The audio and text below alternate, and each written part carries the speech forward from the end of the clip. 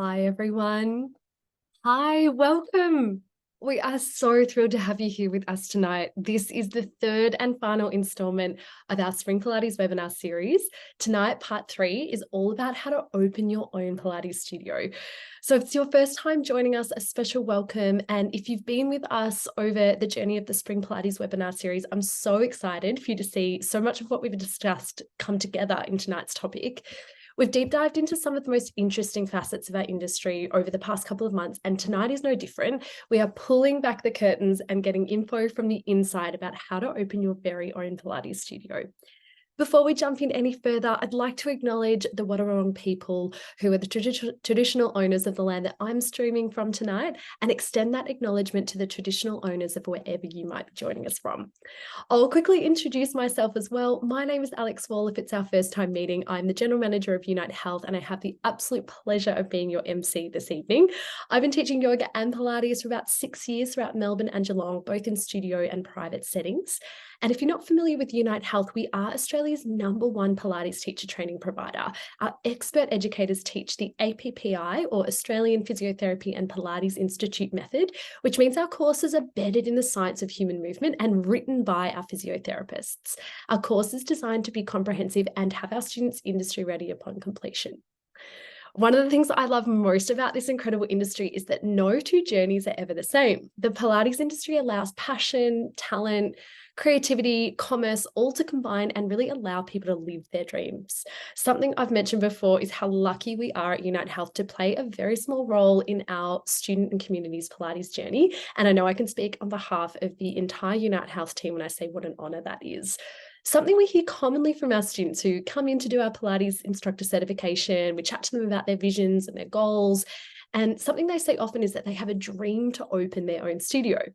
Often students will say, though, oh, that's way off in the future, or it's one day down the track. But something our inspiring panelists tonight will ignite in you is that opening your own studio might be a closer possibility than you think. There's never been more demand for Pilates in Australia than right now. There is so much growth in the industry. And despite what's happening macroeconomically, there's no sign of the Pilates growth slowing down. Tonight, what we've done is curate a panel of 4 remarkable guest speakers who are here to share their stories about their own personal experience of opening their own Pilates businesses. They've lived that experience of creating and opening a Pilates business firsthand. And tonight, you're going to hear how these 4 entrepreneurs have carved their own path in the Pilates industry. By the end of this session, you will have a clear idea of the blueprint that will help you forge your own path forward and bring that dream of opening your own Pilates studio closer. So let's get into it. I'm going to introduce our 4 panelists for this evening. Our first panelist tonight is the wonderful Jade Vanderlight. Jade's love of Pilates inspired her to take her passion to the next level by undergoing the APPI Pilates instructor certification at Unite Health. Upon graduating, Jade's journey as an instructor started in her own home, where she began offering one-on-one and two-on-one Pilates classes. Her classes quickly gained popularity and a loyal following, and Jade realized that the growing demand for her services meant that she needed to expand her business. So today, Jade is the proud owner of Hazel & Co Pilates, a boutique reformer studio nestled in the comfort of her own home in Bunyip Regional Victoria.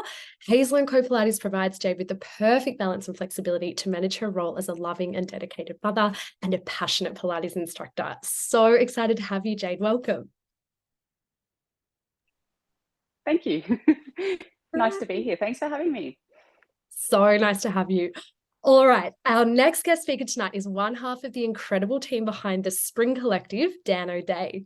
Dan has a long history as a respected leader in the global fitness industry. Dan played a significant role in the initial rollout of Fitness First across both Australia and Europe, and subsequently joined the team led by Richard Branson to oversee the expansion of the Virgin Active chain across Australia and Asia. Whoa. 5 years ago, Dan decided to step away from the world of big corporate fitness, and he and his wife, Jamie, embarked on a new journey by founding the Spring Collective Pilates studios in the northern beaches of Sydney.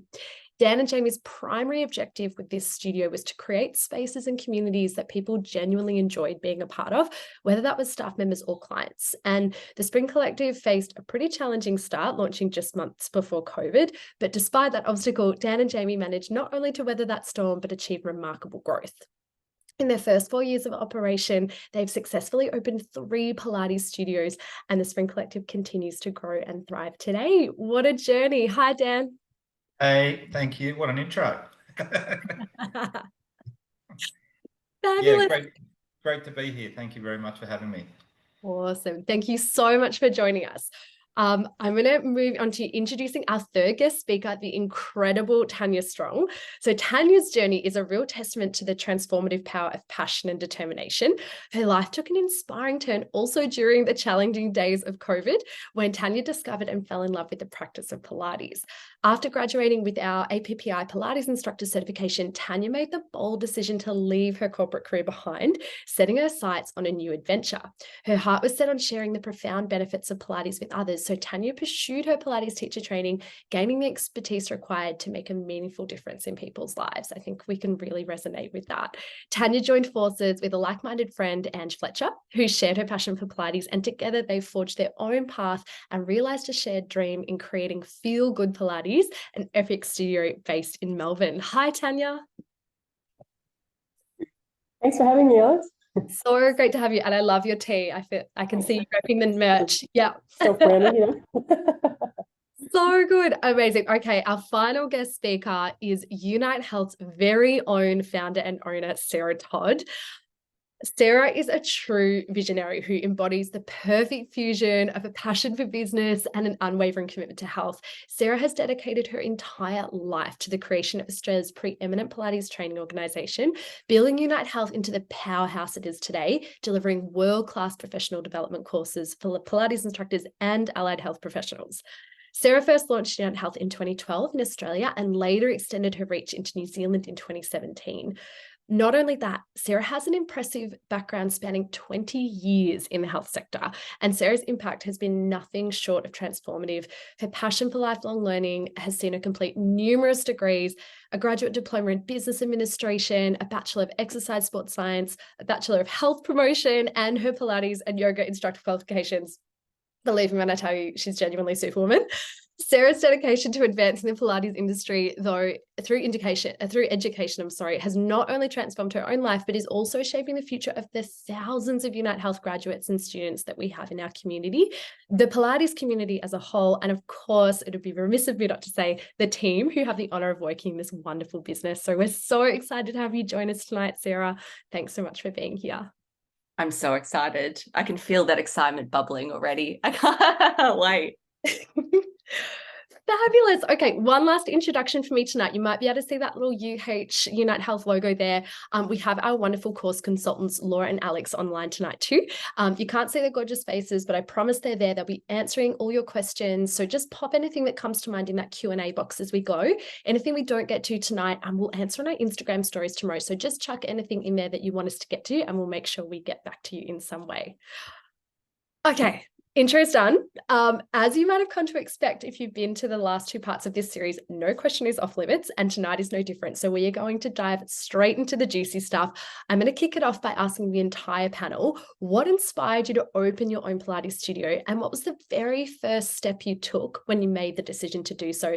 And I'm going to throw it to you, Jade, to kick us off. Thank you. So I just basically fell in love with Pilates and I couldn't stop thinking about Pilates. I did my course, and when I did my course, I knew I wanted to open up a studio.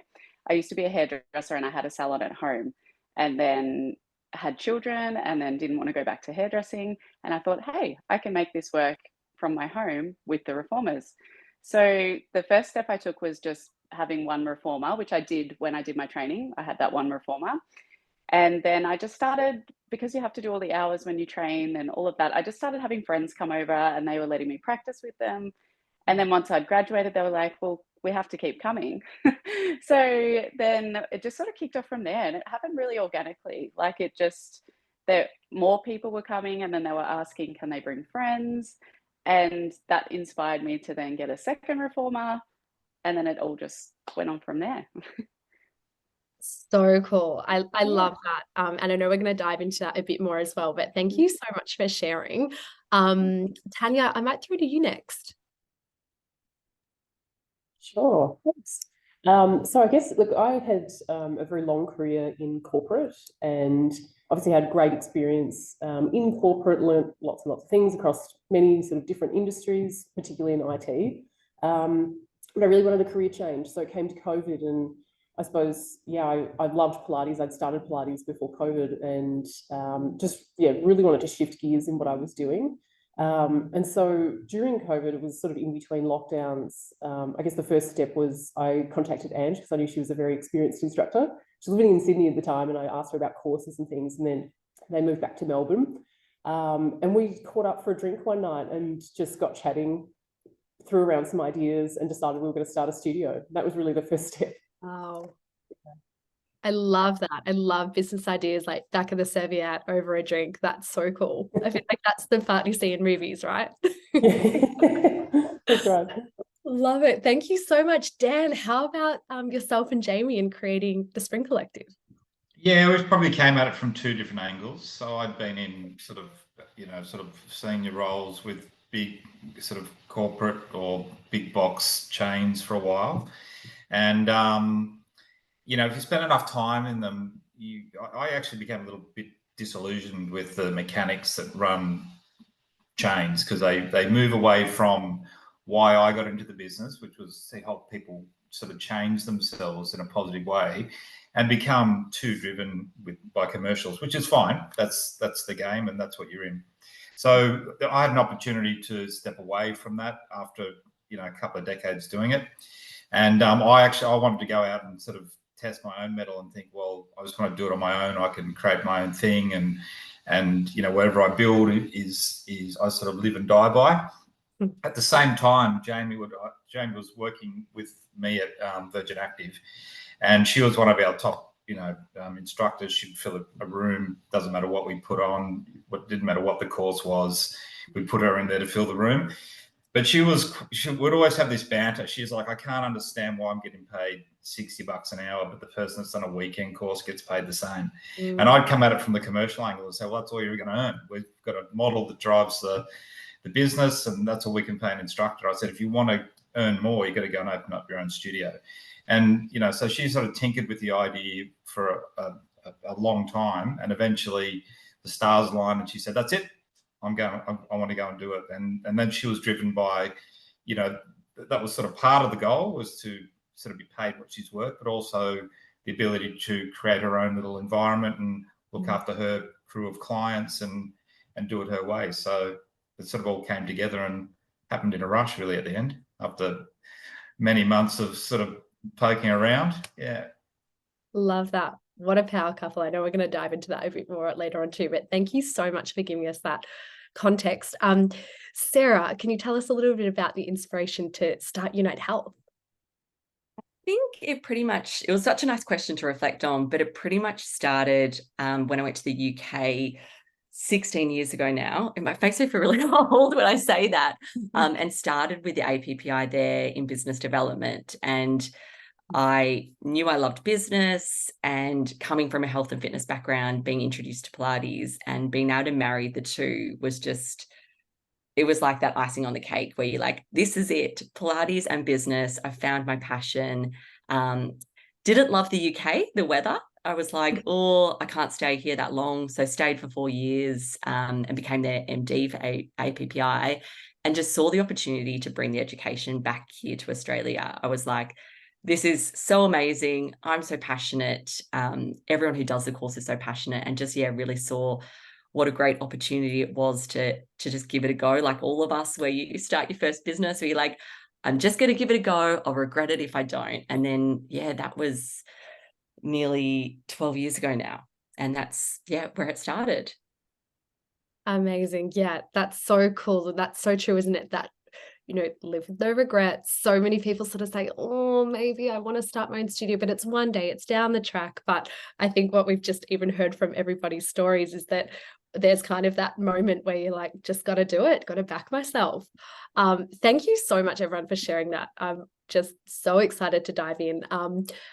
I want to touch on something, Dan, you mentioned, because this is definitely something that's come up in questions from our community a lot, particularly this year, is sort of the commercial realities of opening your own studio. And like any business, there is that commercial reality combined with, of course, the passion and the love of Pilates. I'd love to ask how you all figured out how much it was going to cost to open your own studio and how you approached budgeting and funding. And if it's okay, Dan, I might start with you because you did sort of touch on it earlier.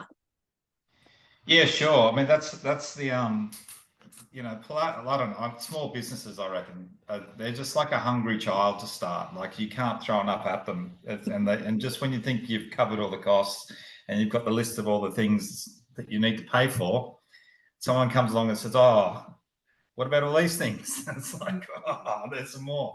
So, yeah. So how did we approach it? So I obviously had a background in that. We opened up, you know, I don't know, many health clubs over my sort of corporate career. But even I was thinking about that when we were sort of getting ready for this session. But even the first studio that we did, I did a long list of stuff. And when I was working at Virgin and at Fitness First, I looked after sort of heavy on sort of, you know, sales and client engagement and marketing, to look after that as my sort of wheelhouse.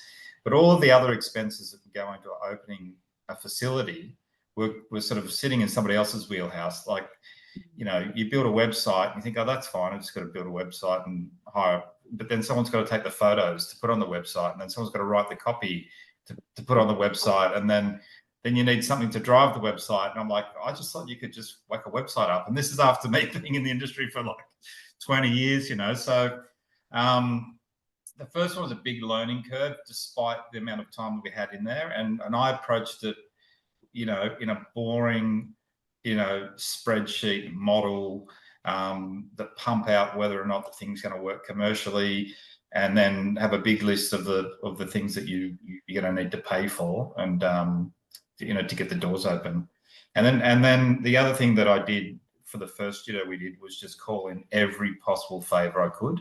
Like, I've been in the industry forever, and you know, stayed in contact with a lot of people, and, you know, get on with most people. And I just said, look, I help everyone as much as I can, whenever I can, like, just because I like helping people.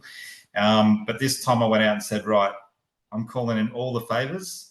You're all getting paid with cases of beer and bottles of scotches and verve, and I'm going to get it done for as little as I possibly can. But it's a key part of getting your business, you know, away, so you're not sort of burdened with, you know, costs and debt, and you know what's coming. Is you really need to spend a bit of time to sit down there and highlight everything that's going to cost.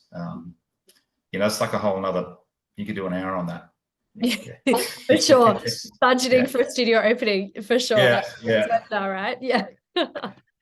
But thank you so much, Jen. That's such rich insight. And I think to even hear that somebody of your caliber, with your experience in the industry, there were still things that caught you by surprise as you went along. Yeah. It's really, and it's all the little things too. Like, you sit there and you think, okay, it's fine. I've got to pay rent. I've got to do a fit out. I've got to buy equipment. And it's like, yeah, but hold on. I've got to get like 400 pairs of toe socks. Like, who's paying for that? It's like, I need t-shirts. I need merch. I don't have money for merch. Where's that coming from? So it's all those little rats and mice bits that at the end of the day, you know, they add up to tens of thousands of dollars. So just do your due diligence before you get rolling. Love that. Thank you so much, Dan. And Tanya, how did you and Ange approach the budgeting and funding process after the wine and the, okay, we're going to do this?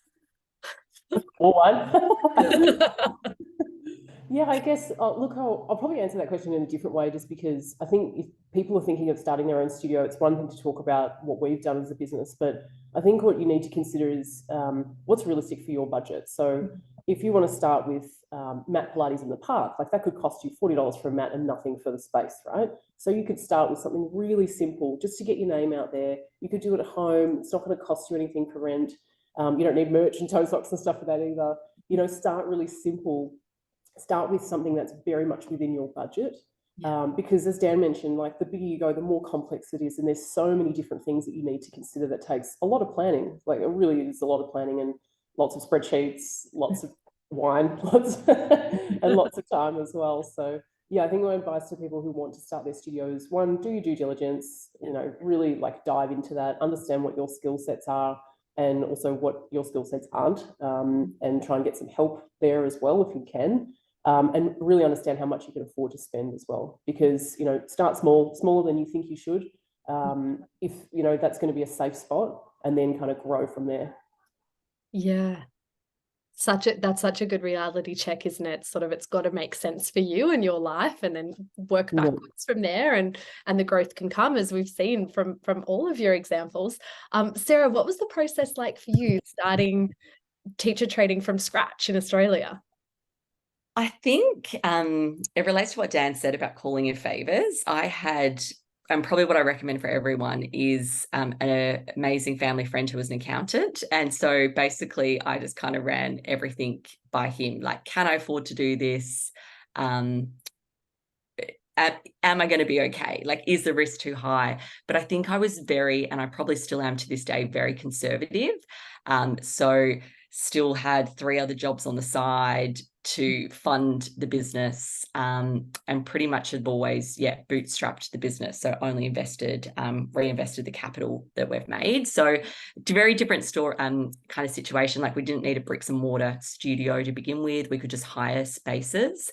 But definitely, I think, working within your means and what you feel comfortable with, especially where it's like you can invest a lot and you can spend a lot, but as referring to what Tanya said, you can start really small, and that's kind of what we did. Like, I didn't even start with a website to begin with, but I was still selling courses somehow.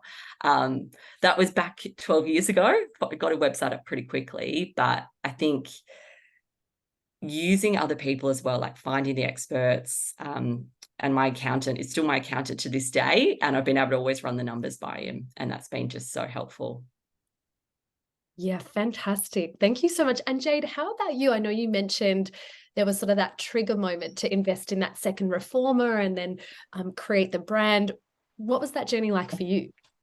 Yeah, so for me, it's been bit by bit. So I had my reformer that I already had, and then I started taking my one-on-ones, and it just started getting out of hand. Like, I was doing 25 hours a week of one-on-ones because people started to want another one. And then I just started saving all that money. And then all of a sudden I could buy a second reformer. Yeah. And then it started happening again. I started building up. I was then still doing like maybe 22 classes because everyone just wanted more and more. And then I saved up to buy the next one. So it was like a gradual sort of thing. So I started with the one and then just kept going. And because it's at my home and it was literally in my rumpus room, I had I had 3 reformers in there at once. So that was great. And then obviously we moved it out to the garage. So we renovated the garage. And it was just little things. Like, when we did the renovation, we did a lot ourselves. Obviously, the electrical work and stuff we had to pay for, but we just cut costs on everything that we could.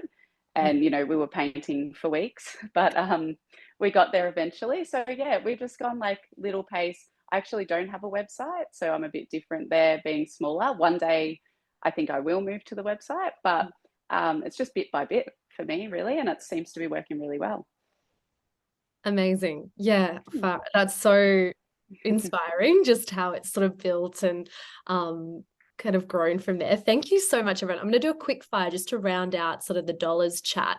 Is there an example of one thing that was really worth the investment, and maybe one thing that might have been a little bit of a waste of money in retrospect? Has anyone got any examples they're willing to share? Well, the reformers are a good investment. The equipment, obviously. Yeah, I think some things like they sort of they bat above their average. You know, they punch above their weight as something you can stick in, or you can do, like with design or with fit out or equipment, or, you know, soft furnishings and things like that you can take. Because the beauty of a reformer space is it's a big square box. You know, that's what you want, really. You just want a big open room with nothing in it that you can fill with whatever you like. So yeah, and you know, going to Jade's point and Tanya's point, you don't need to throw money at things that aren't going to give you necessarily a huge return. You don't need to spend an enormous amount of money to make an area, you know, really, really pleasant to be in. So Yeah, love that restraint, which is probably good timing around sort of these click frenzy sort of sales and those sorts of things. I think it's tempting for a few of us at the moment to maybe overextend. Anyone else have any other examples there? Otherwise, we'll move. Yeah, go Jade, tell us. I went a bit berserk with props. Like, you don't really need that many props. No matter how beautiful the colors are and all of that kind of thing. I find that I always just go back to the basic props. So you don't need to go overboard and think you need all these things. That you can just get that as you go. Love that. You also need to store them somewhere. So so you need to figure that out as well. Yes. Yeah. We've just opened, Unite Health's just opened a Reformer dedicated space, so a second studio. And one of the biggest things that our operations and programs manager, Catherine, and I have been working on is where do we put the boxes? You kind of forget how much space they take up, right? That happens here, especially because it's a home studio. I'm like, where are the jump boards going to go? Where's this all going to Yeah, go? jump boards as well. Okay. Yeah, go Sarah. I was just going to add, I know when we opened our own space in Melbourne, I did hire architects, and I'm like, they designed this cabinetry that cost thousands of dollars, so unnecessary. We can never get this cabinetry out. It was built on site. It looks beautiful, but we could have bought one for $1,000 instead. So yeah, I was just like, oh my God, it's this piece of metal that's beautiful. It's a piece of art, but it's there forever. We're going to need chainsaws to finally remove it one day. Waste of money. Vulnerable to share. Yeah. We all love that cabinetry, but I know that one for sure. Thanks so much, everyone, for being so vulnerable on that. I know sometimes money can be a bit of a sticky sort of subject, but what we're finding more and more from our community is how important it is to just lift the curtain on that and just be able to understand the realities. So thank you so much. And I can see a few questions just popping up in the chat that I'll try to get to. And if not, we will come back to you on our Instagram stories tomorrow. We're going to change tact a little bit now. We've talked about the decisions around making the investment and sort of when that sort of triggers spend in creating your own studio. I want to talk about now how you decided on the location of your studio. And Dan, I'm going to start with you again because the Spring Collective has 3 epic spaces in the northern beaches of Sydney. What's the process that you and Jamie go through in determining a new studio location? The first one, Jamie just drove past it when she was frustrated in her current job and said, I'm going to open a studio there. And that was that. And the way we work really is that she's like really, ultra proactive to the point where it's not really well thought out. And I'm the other way, probably she would say I'm slowing it down, but I actually, so it works well. I actually think things through. So we sort of come together quite well on, she'll say, right, let's do that in there and get it open in a month. And I'm like, right, okay, off to the drawing board and away we go. But, from my commercial background, it's, if you actually model like Reformer as a modality, it's the most inefficient use of space in the fitness game, right? So it's beds take up more of the room than any other piece of equipment. Trainers cost the most to put in front of a class. And then it's one of the only modalities that truly, if you put too many people in a room, then you really, really have a huge impact on the experience of the whole class. You can't, and I have this conversation again with Jamie because I'm the commercial guy. I'm like, let's get more. And then she's like, no. Over about 14, then I'm babysitting. I'm just looking at the person that's most likely to fall off. And that's the person I'm spending all my time on, and all the things that I want to do as a Pilates instructor about modifying for individuals in a group setting and making sure they all get the most out of the same session, I can't do. So it's I'm off on a tangent now, but in terms of looking at the space, when you get in there and you start to model it, that's what I was going to say, is that sort of starts to impact the demographics that you can put a studio down in with that type of model, that you then need to be able to say, well, for me to be able to run a business successfully commercially, with only this amount of beds in a room, because I'll put in more, I impact the experience. I need to charge this per session, but not every demographic can afford that per session. So it really starts to isolate for us where we'll put studios, that I can still offer the client experience to justify what I need to charge, to make the commercials work, with modality that is that doesn't stack up, that is difficult to make stack up commercially in that setting, in a rented or space that you own, So that's then we start to ring fence, basically suburbs and areas and demographics that we think it's pretty easy to search up. You just look up on the census and say, what's that suburb like, and it gives you all the data. And say, well, I reckon these people can't afford what they need, will have the disposable income to spend on Pilates. Yeah. Mm. Yeah, right. Not just the location, but who's in those suburbs and where your clientele is. That makes so much sense. And what they have to spend. Like, I mean, you can. There's a lot of suburbs in Sydney where people have a lot of money, but their outgoings are enormous just to live there. They don't have the disposable income to spend. Our average spend per class is about $30. Mm-hmm. So every time there's somebody laying down on a bed, they're paying somewhere between $28 and $30 to do the class. That's all in if you throw everything in and merch, etc. So you don't want to be the business at the moment. Anything gets tight, people are saying, I'm not going to spend $30 on a Pilates class. You want to be in a demographic where people can afford to do that, but then you also, in that demographic, need to provide an experience that those people will pay for, because they're quite discerning with where they're going to spend their money. They're not going to spend it on something that they don't get where they don't get value for money. So you need to create the experience, be able to charge the money, and stick it in a demographic that can afford it with that approach to it. Love that. You make it all sound very easy, Dan. Love the way you explained that. Thank I you. keep on saying, when you're saying, oh, what's the dream? What's the dream? I'm like, yeah, the dream can easily slip into a nightmare. And then come back to a dream. It's like, I love that. Thanks so much, Tanya. How about choosing your gorgeous site in Carnegie? How did that process go for you and Ange?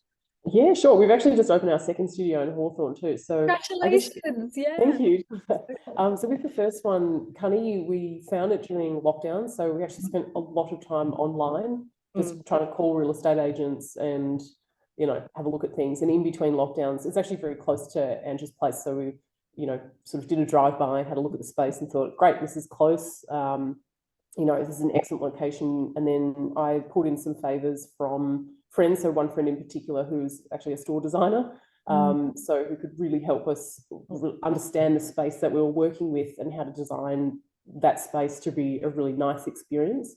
And that was kind of how we chose Carnegie. Love that. Thank you so much. Jade, I know you're obviously in a home studio, which is fantastic. Have you had any sort of unique challenges or opportunities that have come from opening in your hometown and a regional location? Yeah, so it being at home, you kind of like, I have that thing where I go by appointment, so I don't have a booking schedule or anything like that. So my clients come back week after week, and it's like, like a hairdressing appointment. That's how I run it. But to expand, I have that thing where I'm just like, oh, do I want everyone coming to my home? So that's the only sort of challenge. Where do you draw the line of who's coming and who's not? You don't, my family's here, and all of that. So I've toyed with the idea of getting a website and doing it that way through a booking system. But at the moment, I feel like it works with the appointment system. So I'm keeping it like that. I would say that's probably sort of my only challenge. At the moment. Yeah.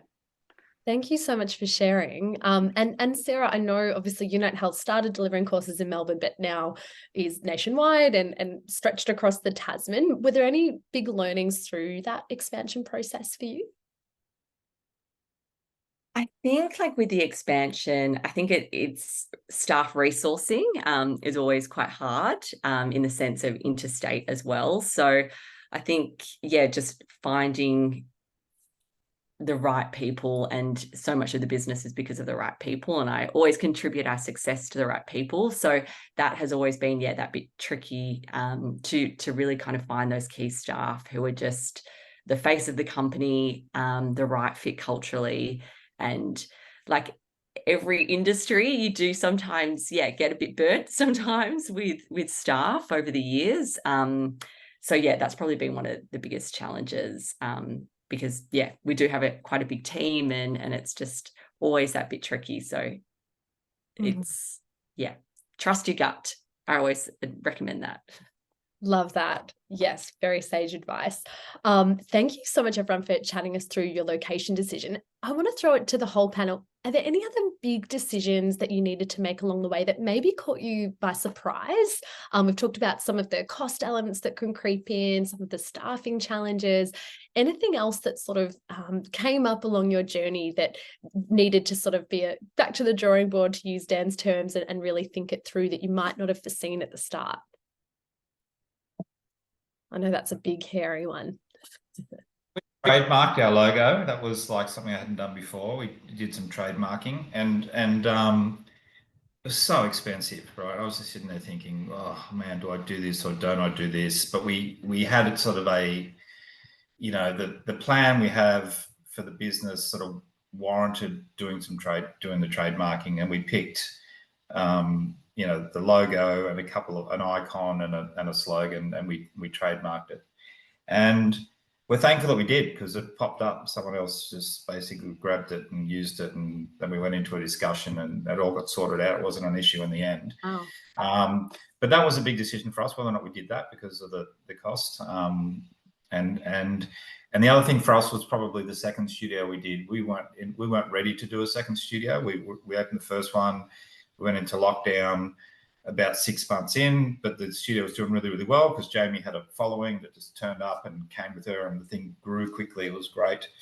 And then the second studio space came up, and landlords are getting crunched on commercial leases because of lockdown. And so there was an opportunity to grab a space on a good rent deal prematurely. So we did. And probably I raised that because, back to your other point about when's the right time for me to open a Pilates studio, it's like waiting for anything. Like, you know, you have friends that say, oh, I'm going to wait, you know, until everything's right before I have a kid. It's like, no. There's never a perfect time for any of it to line up. It's like, if you find yourself, you just need to prepare yourself so that when an opportunity does come along, you're able to make a move if it's available.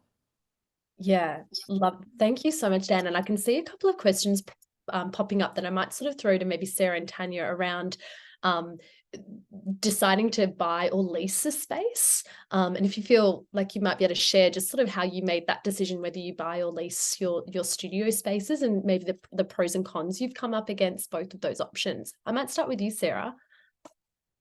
We've always leased. I did look into buying, and it's more just from a financial perspective. I did look into buying commercial real estate. Commercial real estate is so expensive, though. I don't know the comparison from a commercial to kind of a residential, but it was crazy. It was absolutely crazy. And I guess it gives you that flexibility where originally, when we went to our own dedicated training venue, I did do a shorter term lease because you just don't know. It was like, oh, this is risky. It's always so daunting. So I think I did a 2 by 2 by 2. So we could have got out within 2 years. Just for that, I don't know. You never know. So yeah, for me, I would always rent. More just from a price perspective. It's just so expensive to purchase property. Yeah. What was your? Yeah, go for it. It is totally cost prohibitive. I mean, it depends on the size of the space, of course, but if you're looking at, you know, a large scale reformer studio, it's completely cost prohibitive to look at buying it up front. It also depends if the person's selling it too. Yeah, if it's fully, it's all for sale, right? Yeah, that's right. And as Sarah said, like, just echoing her points around leasing, like, it's easier to get out of a lease than be stuck with a property that you can't lease out. Yeah, great point. Just one thing to add, Alex, because I had other people ask me this a while ago about leasing. Like, there's probably we're looking at another site at the moment, and there's like 2 or 3 things that if a landlord won't do, I just will not go into the space. So one is a rent-free period up front, like a good 3 or 4 months, depending on they will give you what they call an incentive based on the length of your lease. So the longer you lock in for, the more open they are to giving you free something. It'll either come to you as like a fit out, they'll pay for part of your fit out, or they'll give you a rent-free period. Yeah. I would usually take the rent-free period because in our game, you've got a fixed cost business, and we're sort of like when you start, if you don't have any clients, you have all the fixed costs and no income, and a rent-free period gives you an opportunity to build your client base to a point where it covers operating costs before you need to start paying your rent. So the longer the rent-free period can be, the better off you are. And then the other thing is when they have something called options. So Sarah was talking about a 2 + 2 + 2. So it means at the end of your 2 years, you've got an option to take another 2 years. Mm-hmm. And quite often at that point, they'll do a market review of your rent and say, okay, we're about to take your second option. I'm going to do a market review. I think your rent should go up by 15%, and then we'll start again. So that little juncture, a landlord has an opportunity to really change the dynamics, the commercial dynamics of your business. So I'll never do that. I'll say if you're going to take options, that moving from one to the other is at a flat rate. There'll usually be a yearly increase built into your lease, like 3% or 4% or something. But when the option is taken, if you go and sign a lease with options, really, really push to have that option just run at the same increase that you've had through the original lease.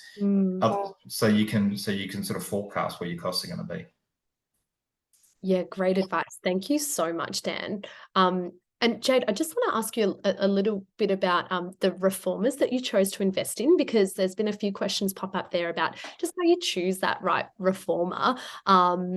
How did you go about that process? I know you already had the original one. So what was that? So I got a different one. So I had the Align Pilates one and I loved it. I still love it. I've sold it now, but I ended up, when we did our training and we went to Love Athletica, I loved the Allegro 2s. So I did fork out the money and purchase the Allegro 2s. Yeah. My first two, however, was during, remember when you couldn't get anything because of COVID and Balanced Body were all sold out of everything. So I actually got on Marketplace and just stalked the internet, and I found two Allegro 2s. They were secondhand, basically like brand new. They'd been at a physio, an osteo, I think, and they were closing the Pilates part. And so I got my husband to drive all the way to Barwon Heads and pick these reformers up, and I got them for a really good price. So that was really good. And yeah, I love the Allegro too. I still love the Align, but it was just so smooth. It was like a nice car. I love that. Okay, cool. Yeah. Nice car salesman. Love that a lot. One last question, I guess, in sort of those setup questions and decisions that we needed to make as business owners. How do you go about, and this question sort of come up with the chat as well, how have you gone about finding those right people? I might throw to you, Sarah, because you sort of touched on a little bit before, but what sort of processes have you used to really identify those right people, like you said, that become the faces of your brand? I think it's definitely that cultural fit that's really key. I think also like with educators, that everyone can have an amazing resume, but it's till you really kind of see someone doing the actual job. So say with educators, we kind of have a trial period, which really just kind of gives us the opportunity to see, are they the right fit for the company, but also vice versa. Do they feel like they're the right fit working with Unite Health? Just because, our team is so key to the education delivery. From kind of office staff, like I have used recruiters the last couple of years and it's been amazing.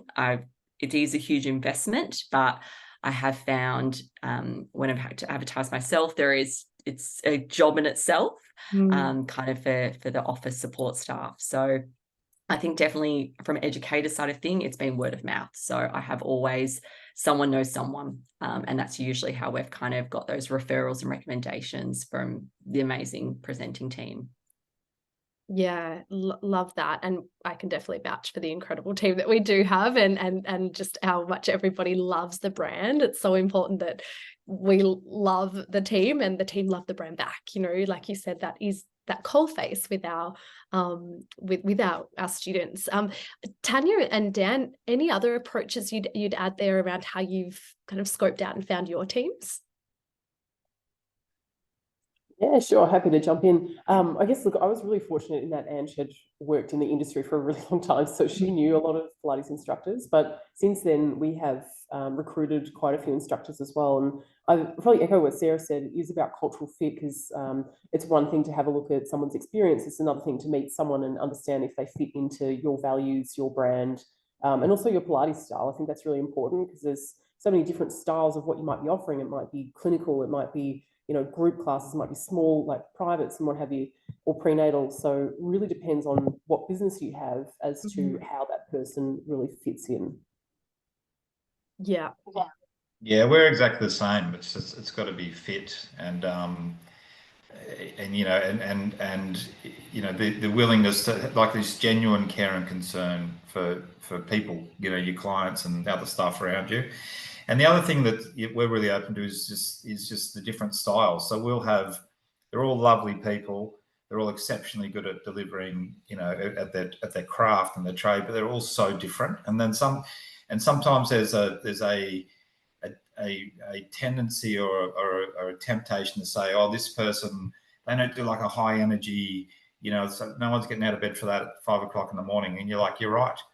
But everybody on a Sunday afternoon loves that person. So we've ended up with this sort of stable of trainers that are all really, really different. And then we just have sort of played the patience card to let the client base just find the person that gels with them most. So it's nice to have a bit of variety in there too. Yeah, wonderful. Such handy tips. Thank you so much, team. All right, so we've chatted through all the decision making, I guess, in setting up the business and kind of getting to that point of saying, yes, we are going to launch. So I'd love to now chat to you all about how you did go about launching your studios and attracting your initial clients. And I might start with you, Jade, because I know yours was a really organic, unique process. Yeah, so mine, started off like with my sisters, and then their friends started coming, and it's actually quite funny because we were laughing in the studio the other day. A lot of my clients are actually my hairdressing clients. So they don't come to me for hair anymore, but they come to me for Pilates. But then it's just traveled by word of mouth. I will admit I'm not great on like the technical side is something that I need to work on, and that's probably something that I just didn't even think about, but it's really grown by just word of mouth. So I'm constantly getting new people coming for new classes, and everyone's enjoying it. And it's just really organic. That's what I mean by organically growing. It's just gone one after the other. Love that. Thank you so much for sharing. Tanya, how did you and Ange approach the launch of Feel Good Pilates?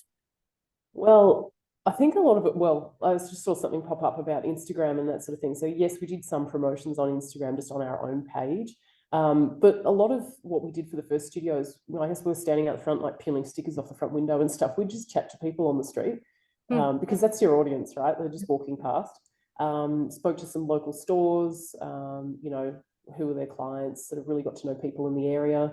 There's some paid advertising sort of thrown into there as well. But as Jade said, it's quite organic to start with because you're really starting from zero. So yeah, for sure. And Dan, how did you and Jamie approach it? And has it been different, or has the process evolved as you've opened new locations along the journey? We did the same thing. It's like it's like even when you have a big, like even when I had with chains of health clubs, the thing that I used to always try and sort of narc on about in those larger meetings is that for the person using the facility, they only use one. It's just their local facility, and it's the same with Pilates studios. It's like it doesn't matter if the next one you open. Very rarely is a person going to travel across all of them. We're fortunate with the couple that we have that they're close, but we did the same thing. Jamie had a bunch of people that loved the way she trained. They found out she was opening a studio. They all came and said, okay, well, I want to come and train with you. And then it was just word of mouth and pounding the pavement, getting out to the community, doing all the things that you do as a small business owner, chatting to schools, daycare centers, getting into shopping centers with a reformer bed and a little pop-up stand and just introducing yourself to the community. Yeah. Getting to know the community is so critical, isn't it? And I know, Sarah, that's been such a strength of Unite Health, being able to have educators in those cities that we've expanded to. What was the approach like there? And particularly if you could talk us through the New Zealand approach, how that worked. I think it sounds so old, like not old school, but like literally picking up the phone. Like I remember we launched like calling physio clinics, doing like going out to clinics, creating flyers. Like it is such that small business approach. You're doing everything as yourself. You're creating the flyers, you're calling people, you're emailing them. It is just trying to get the word out there. And then that word of mouth allows it to build. New Zealand, I think my biggest lesson from launching overseas was you do need people on the ground. We tried to do it out of Australia, and that was probably quite challenging because every market's different. So you do need to have someone there who will be the face, who knows the local community, who knows where studios are, who's looking for training. So I think, yeah, the networking is crucial, and yeah, self-promotion of your own business and brand. Love that. Thank you so much. Someone's just popped up a question, which is fabulous because we were just going to move into it, and it's sort of in that same vein around, okay, you're in the market, you've had that really strong launch. What are the most effective strategies that you've all used to build that strong, loyal client base and keep that client retention time and time again? I might start with you, Jade, because it feels like your trajectory has just been essentially vertical. It has actually. And you know what? I actually don't really try that hard to do it. I feel like within the studio, we've made this like little community. And as I said, I take appointments rather than people can just book in whenever they want. I mean, they can cancel whenever they want. I don't hold them to it. But yeah, people don't like to miss it. And they've just all fallen in love with Pilates. So they just want to keep coming back. It's something that, yeah, I do it a little bit differently. Like I'm a mum, so I've got on school holidays, we take school holidays off. Yeah. And then we start back up, you know, term 4 will start back up and everyone will just come back. They've had their little break, they're ready to come back. Yeah, so I'll be interested to see what the other guys say because mine's a little bit different. Love that. How about you, Tanya? What's the approach at Feel Good Pilates? So sorry, can you say the question again? Yeah, sure. Yeah. So just talking about the strategies to build that strong, loyal customer base and retain those clients. Yeah, sure. Sorry, Jade, you mentioned you're a mum. I could just hear my baby screaming in the background. Like, oh, it's nearly bedtime for him. I'm sorry. A bit distracting. Yeah, so I guess like it's as a business owner, you really need to spend a lot of time in your business knowing who your clients are. Like that's just something you need to do as a business owner. So that's really important. Know who your clients are, spend time with them, build that community, and also through your staff as well. You know, make sure you're offering something that's really valuable to them. So like people love Pilates, but also the style of Pilates that you're offering, you know, needs to mean something to them. So that's, I think, a really good way to sort of build that community. Yeah, I think that's really how I'd answer that. Love that. Yeah. Dan, what's the approach at the Spring Collective? Like to build the community, we do a very similar thing. It's just about being, you know, authentic, and I think that word gets bandied around to the point where it's no longer authentic. You know, it's like canned authenticity, and it's like we actually said to our crew, it's like you just really need to be yourself. Like deliver excellence when it comes to programming and experience, but just 100% be yourself and have a real, you know, real sort of relationship with clients, and they do. They, you know, they talk about all manner of things that they would talk about with friends.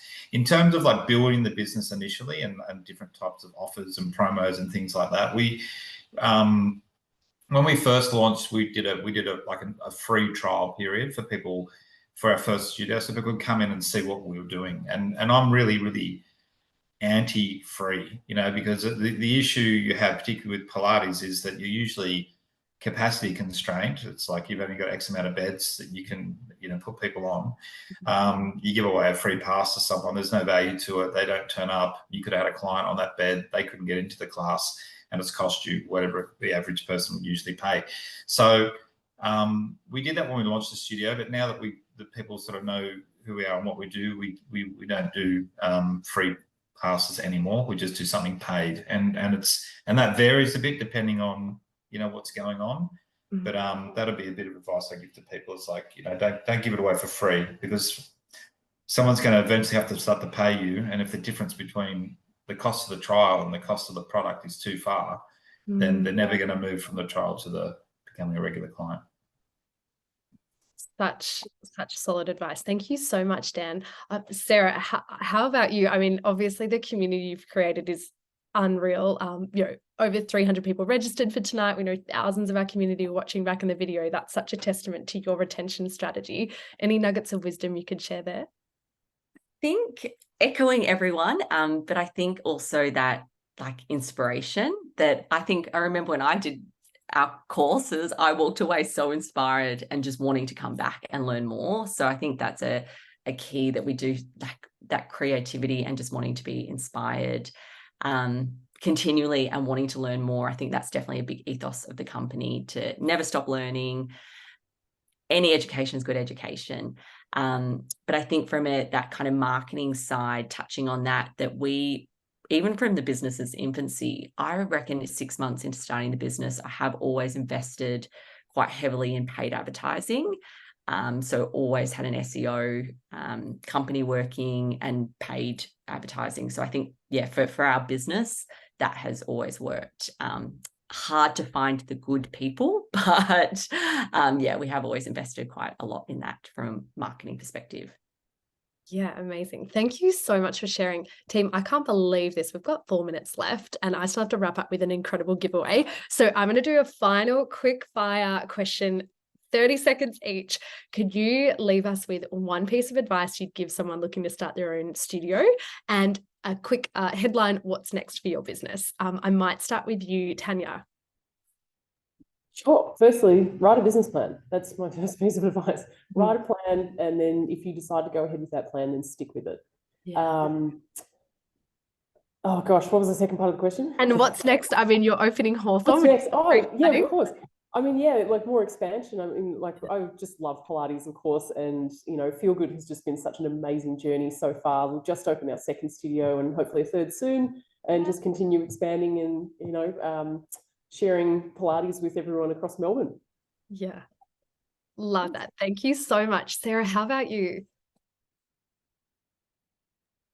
Okay, my advice would be, if you're thinking about it, do it. You don't want to regret it. Get an amazing accountant to go through the numbers.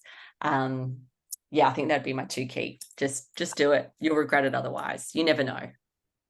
Love that. So good. Thank you so much. Jade, how about you? One piece of advice.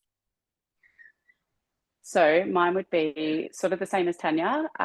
Write your business plan, but also write why and how you want it to look. Like really feel out what you want from it, and then just go for it. Like I started mine with one reformer in my rumpus room with my kids peeking their faces in the door. So just go for it. And people actually, they come for the Pilates and for you. They don't care what your space looks like at the start. Yeah. Even now, they still don't. Love that. And what's next for Hazel & Co Pilates? Can you give us any maybe some more classes coming next year? My little one's going to school, so I'll be free. And maybe looking at putting someone else on. Very cool. Yeah. So cool. Dan, bring us home one piece of advice for someone opening their own business, and what's next for the Spring Collective?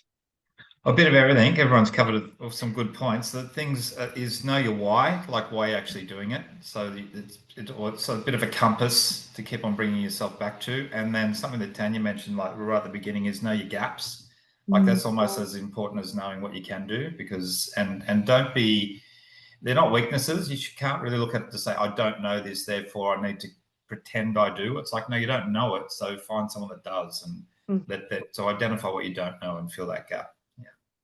And next for us is, I met with a couple of real estate agents this week. So hopefully another site or two. Ooh. Fingers crossed. Yeah. Very cool. Wow.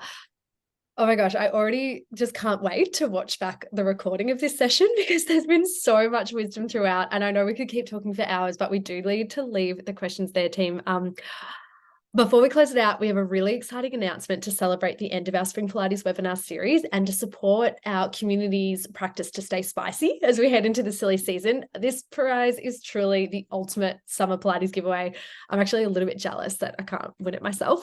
But we at Unite Health, we are wanting to shout you a summer Pilates membership at your favorite studio. So we will pay for your Pilates classes this summer. To enter, all you need to do is secure your spot in our APPI Pilates instructor certification by the end of this month, November 30th at midnight. Nominate your favorite Pilates studio at the time of the enrollment, and you could have your summer Pilates class covered by us at Unite Health. Maybe you're looking to deepen your commitment to your current practice. Maybe you want to try a new studio for the summer, depending where you're based. Maybe you want to try some of our guest panelists' amazing spaces. This is the perfect summer treat to keep your Pilates practice on point and to keep you inspired on your Pilates journey. If you've already done your Pilates instructor certification with us, why not share this competition with a friend, help someone else on their own Pilates journey. The Pilates karma is real, as we've heard tonight. It's an industry where there's room for all of us. It's all about building each other up. Thank you so much for joining us tonight and throughout the series, everybody. If you missed parts 1 and 2, make sure you head to our Insta bio, our website, to watch those recordings. There's so much to learn and absorb in this 3-part series. I want to give a huge shout out to our marketing coordinator at Unite Health, Marissa, who has pulled this entire series together, as well as the whole Unite Health team for all the work that's gone into us. For us, it's always about education. It's not about fancy sets or a super polished video. The priority has always been about bringing these insider industry perspectives to you so that you can make up your own mind and carve your own path. The series would be nothing without our guest speakers, and I just want to extend a special thank you to tonight's guest speakers. You've all been so incredibly generous and candid, so a massive thank you to Jade, Dan, to Tanya, and to Sarah. There's so much more growth to come in this industry team and so much room for us all to position ourselves and keep building each other up. If you have any questions that we didn't get to tonight, just keep an eye on Instagram. I saw a lot of them coming through, so we will do our best to get back to all of those. Please feel free to slide into our DMs. Please feel free to book a time to chat with one of our incredible course experts. And, you know, like I said, our whole purpose is to educate. We really can't wait to connect with you. Last but not least, I saw someone mention a couple of questions about franchising, and spoiler alert, that's going to be our first webinar back in the new year. So watch this space. But thank you so much, everybody. Have a beautiful evening, and we'll see you next time. Thank you.